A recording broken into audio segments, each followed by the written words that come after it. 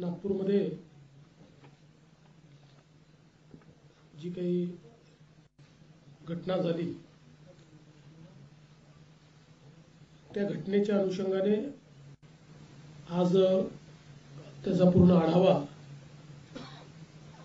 नागपूरचे पोलीस आयुक्त, range IG, SP आणि सर्व वरिष्ठ अधिकारी यांच्या उपस्थितीत मी घेतला। एकूण घटनाक्रम आणि त्यानंतर केलेली कारवाई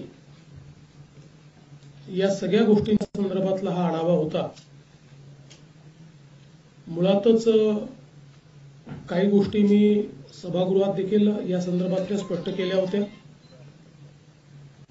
की एक जी काही औरंगजेबाची कबर सकाळी जाळण्यात आली आणि त्याच्यानंतर काही लोकांनी तक्रार केली, पोलिसांनी तक्रार देखील ती दाखल करून घेतली। मात्र या ठिकाणी कबर जाळत असताना कुराणच्या आयत लिहिलेली चादर जाळली, अशा प्रकारचं एक भ्रम तयार करून काही लोकांनी सोशल मीडियाच्या माध्यमातून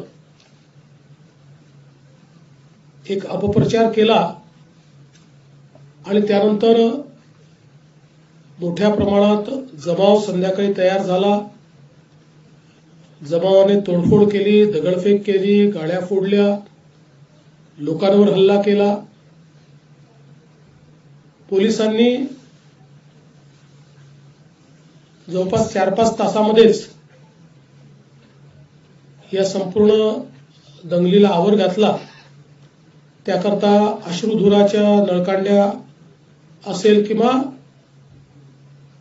त्या ठिकाणी इतर प्रकारच्या प्रतिबंधात्मक ज्या गोष्टी करण्याची आवश्यकता होती त्या सर्व गोष्टी या पोलिसांनी केल्या।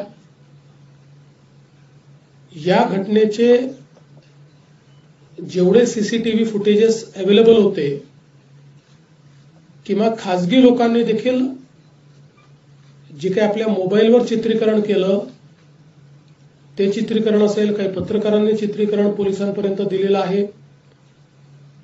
अशा सगळ्या चित्रीकरणामध्ये जे दंगेखोर दिसतात त्यांच्यावर अटक करण्याची कारवाई पोलिसांनी सुरू केली आहे।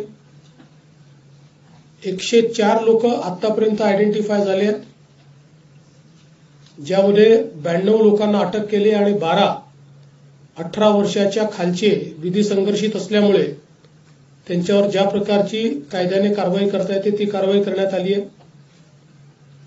आणि अजूनही हे आयडेंटिफिकेशन चाललेलं आहे। याहीपेक्षा जास्त लोक हे या ठिकाणी अटकेमध्ये घेण्याचा पोलिसांचा मानस आहे। जो व्यक्ती दंगा करताना दिसतोय, दंगेखोरांना मदत करताना दिसतोय, अशा प्रत्येकावर कारवाई ही करण्याची मानसिकता या ठिकाणी पोलीसची आहे। त्या दृष्टीने पोलिसने कारवाई सुरू केलेली आहे आणि यासोबत मोठ्या प्रमाणात सोशल मीडियाचं ट्रॅकिंग करून ज्या लोकांनी ही घटना घडावी किंवा ही घटना ॲग्रिवेट व्हावी म्हणून पोस्ट केलेल्या आहे त्या सगळ्यांना दंगेखोरांसोबतच सहआरोपी बनवलं जाणार आहे। कारण त्यांनी सोशल मीडियाच्या माध्यमातून हा दंगा भडकवण्याकरता त्या ठिकाणी मदत केलेली आहे, त्यामुळे त्यांच्यावरही कारवाई केली जाणार आहे। जवळपास 68 पोस्ट या आतापर्यंत आयडेंटिफाय होऊन डिलीट झालेल्या आहेत आणि त्यांच्यावर कारवाई झाली आहे। अजून काही पोस्टची माहिती घेणं चाललेलं आहे आणि अशा प्रकारे ज्या लोकांनी भडकवणारं पॉडकास्ट केलं, ज्यांनी चुकीच्या पोस्ट टाकून अफवा पसरवून त्या ठिकाणी लोकांमध्ये एक पॅनिक तयार केलं, अशा सगळ्या लोकांवर मोठ्या प्रमाणात कारवाई होईल। ज्या लोकांचं नुकसान झालेलं आहे, गाड्या फोडणं, काहींच्या पार्शली गाड्या फुटल्या आहेत, त्या सगळ्यांना पालकमंत्र्यांनी स्वतः लक्ष घातलेलं आहे. त्या सगळ्यांना नुकसान भरपाई ही येत्या 3 ते 4 दिवसात दिली जाईल. आणि आता जो काही आपण काही निर्बंध घातलेले आहेत, त्या निर्बंधांमुळे थोडं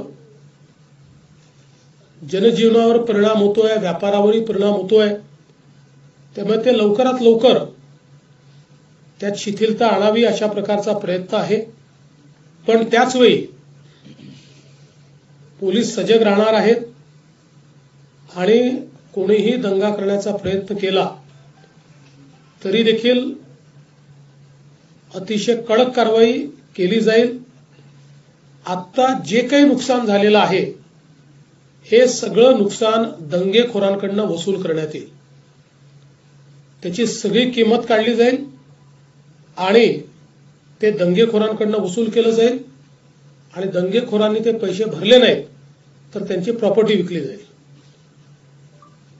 अशा प्रकारे नागपूरमध्ये किंवा महाराष्ट्रात कुठेही या गोष्टी सहन केल्या जाणार नाहीत.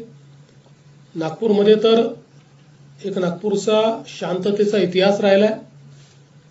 1992 नंतर नागपूरला कधीही मेजर अशा प्रकारचा इन्सिडेंट झालेला नाही. छोटे मोठे झाले असतील.